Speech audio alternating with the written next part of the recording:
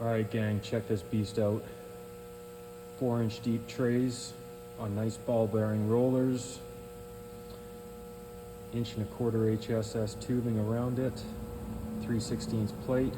This is a little tank. But you know what? She's sick. Check it out. Got nice little shoulders, nice and smooth.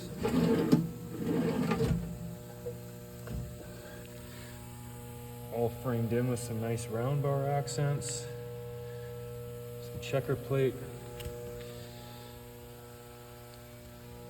And because she's such a tank, we need a crane to lift her.